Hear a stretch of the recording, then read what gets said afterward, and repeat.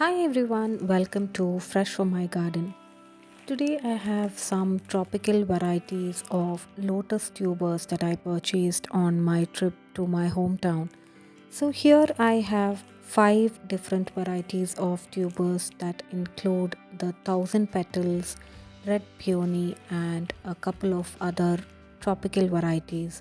So before I plant them, I'm going to be floating them for a few days in a tub of water, and then later on I will be planting these tubers. One reason for floating them in a tub is because currently I don't have the right size planters for these, and these were an unexpected purchase. So we have to wait for the planters and then get the soil and the manure for it before I plant them into tubs. There is also another reason why these tubers can be placed in water for a few days before planting, and I will explain that as we go on in this video. So now this is the third time that I'm purchasing lotus tubers, and the first time when I planted them I had a little issue with these tubers because they decayed and died back, and initially though they were starting to produce a few leaves, that didn't grow further or get me any new growth or flowers. But the second time after I purchased, I planted them in separate pots and both of them bloomed very well. That was the white peony and the drop blood lotus. Lotus is an easy to grow aquatic flowering plant if we just keep a few things in mind.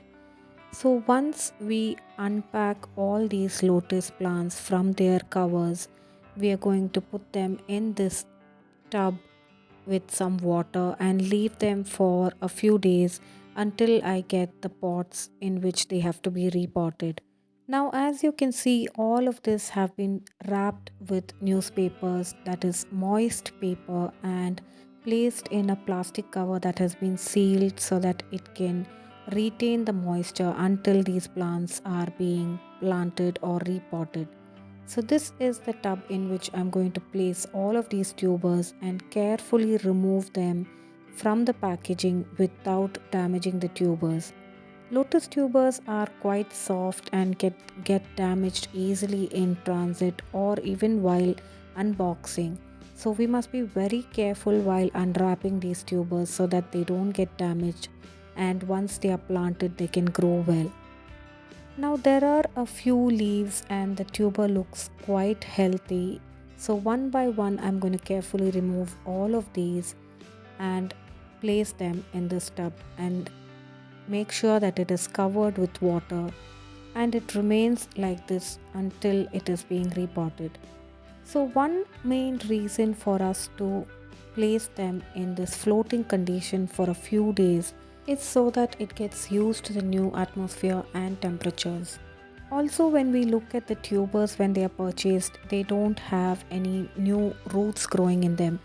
Placing them in water for a few days will help develop roots on these tubers, and that will help it survive and grow well when it is repotted into soil. I have also been waiting for our weather to warm up a little bit before repotting, because in the cold weather, lotus plants usually go into dormancy and they don't have any kind of new growth. So once the weather warms up and the roots start to develop and we start to see a few more leaves growing on these tubers, then they can grow well when they are repotted in the soil. Otherwise, there is a chance of them dying back or getting any kind of fungal attack and rotting back when placed in the soil. Before repotting it into soil, it would also be a good thing to soak them in some fungicide for a few minutes and then plant them in the soil so that they have the strength to withstand any kind of fungal attack that might happen once they are placed in the soil. So here I'm using trichoderma, which is a biofungicide, and it will help these plants grow well and prevent any kind of fungal attack. We can also wrap some fungicide in a piece of paper and insert it into the soil when we are planting these tubers. Once they are planted, in a few days they will start showing signs of new growth. I have shared another video on planting lotus tubers. Please do take a look at that video to know more about planting these tubers in containers. Hope you liked today's video. Please do share your thoughts in the comments and don't forget to subscribe to our channel. Thanks for watching Fresh from my garden.